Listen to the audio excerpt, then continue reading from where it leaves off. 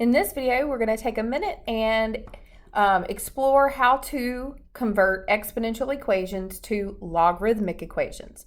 Before we do that, we have a few examples over here, and I want to just talk about terminology first. Our 5 in this example is our base for this exponential equation.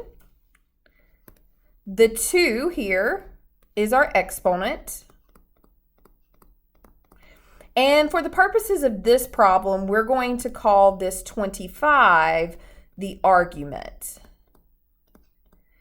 And so logarithmic equations allow us to rewrite this in the same meaning, but in a different format. But it's all using all the same parts. The only thing that's different is for logarithmic equations, we do have a log here in front. Okay, and so that stands for logarithm. And the logarithm is going to have a base that is below the line as a subscript.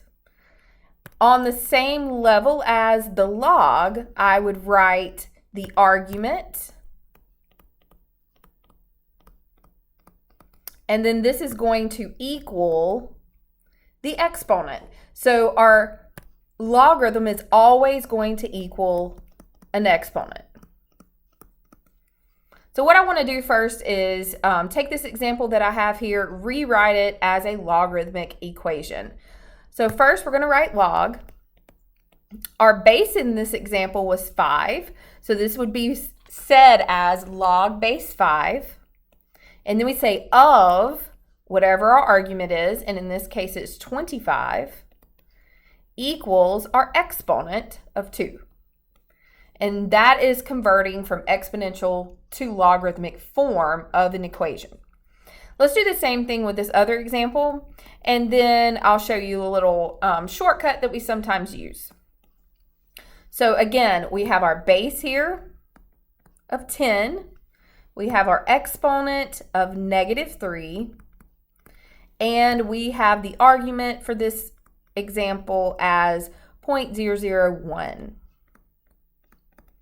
And converting that, we'll have, using kind of this first statement that I have here, or the equation that I have here, we're going to write down log.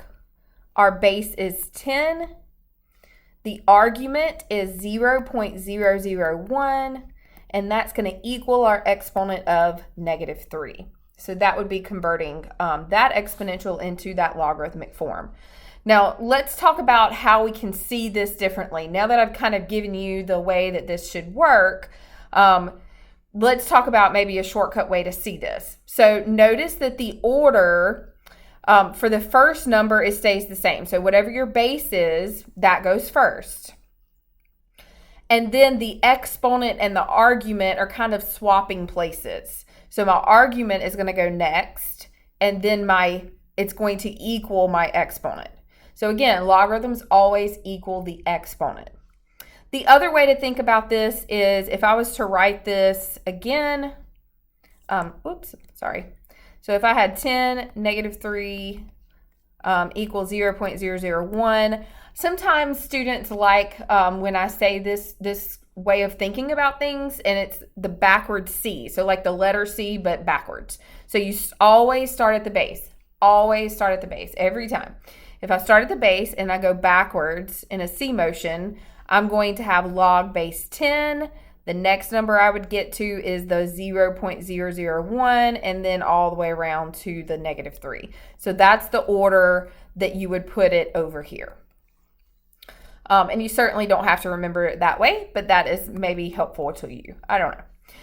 All right, so we see our next example is 2 to the x equals 8. Let's see if we can do this without me having to identify each one, but also we need to just consider that there's an x in the exponent, and we're going to just leave it as x. So when it asks you to convert or change something from exponential to logarithmic form, it is not wanting you to solve the equation yet, unless it specifically says solve. But if it's just saying change it and write the equivalent statement in logarithmic form, then all it's wanting you to do is just write it in logarithmic form. I'm not trying to figure out what x is in this case, okay? So this would be log I start with my base, so I'm going to have log base 2 of 8 equals x. All right, and that's it. That's all you have to do to just rewrite it.